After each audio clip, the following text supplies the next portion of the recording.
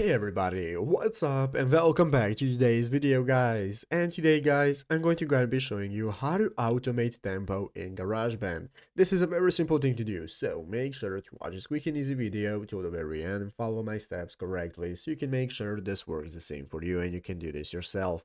But yeah guys, let's get straight into it. So the first thing you want to do is to go ahead and open now the official GarageBand application on your mobile phone if you're not already. If you do not have the application, just go to the App Store and download it. And after opening it up, you'll be greeted by this main page right here, which is the home page where you can find all the instruments you can play. You have your audio recorder and so on.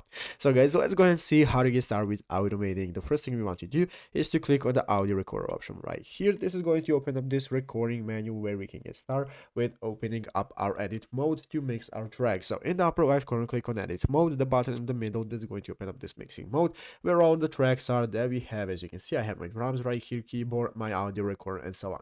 So guys, if I want to go ahead and automate my tempo, this is what I have to do. Basically, all you have to do is just go right here, find your track, and click on the instrument next to it. So click on this instrument icon right here. This is going to open up this menu of all the options you have, and one of the options is going to be called automation. So what you want to do is click on automation, guys, and now you can get started with automating your track. So click the option right here to get started with automating. Set your track to whatever you want and set it wherever you want it, and get started with your automation process and set up your automation tempo. After that, you can go ahead and click on done in the upper right corner, and in the settings icon you can even go ahead and check at the tempo again and make sure everything is all right.